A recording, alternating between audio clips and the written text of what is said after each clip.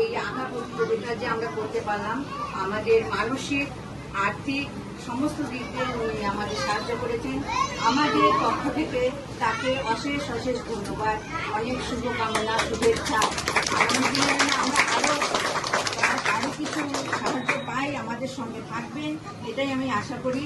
ওনাকে আমি উত্তরীয়তে সম্মানিত করি।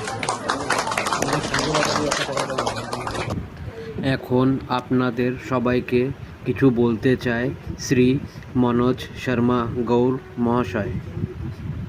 করতে লাগে, কত কালার আছে, 15 আগস্টে কিভাবে হয়, 26 জানুয়ারিতে কিভাবে হয়, এটা সম্পূর্ণ জানকারি এর মধ্যে আছে।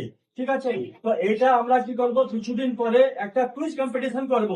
আর ওই কুইজ কম্পিটিশনটা হবে, লাইভ হবে, চ্যানেলে লাইভ হবে।